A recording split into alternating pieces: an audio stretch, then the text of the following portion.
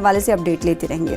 कांग्रेस से मुस्ताफी होने के बाद पीसी चाको ने एनसीपी में शमूलियत इख्तियार कर ली है। एनसीपी चीफ शरद पवार से कल देर तक हुई मुलाकात के बाद पीसी चाको, पवार और प्रफुल्ल पटेल की मौजूदगी में एनसीपी में शामिल हुए। वाज़ेह है कि पीसी चाको केरल में अपने हामियों को टिकट नहीं दिए जाने से कांग्रेस से नाराज हैं।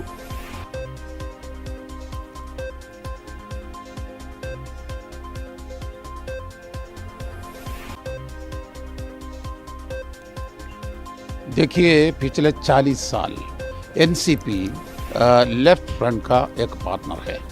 जब मैं एनसीपी में शामिल कर रहे हैं, ऑटोमेटिकली मैं लेफ्ट फ्रंट का भाग होगा, इसलिए मैं लेफ्ट फ्रंट के लिए काम करेगा, क्योंकि मैं एनसीपी का आदमी हूँ। मैंने कहा है, जो पार्टी ऑपोजिशन यूनिटी के लिए, बीजेपी को फाइट करने के लिए ज़्यादा इनिशिएटिव देता है, वो पार्टी के साथ काम करना चाहिए, इसलिए मैंने एनसीपी में ज्वाइन किया।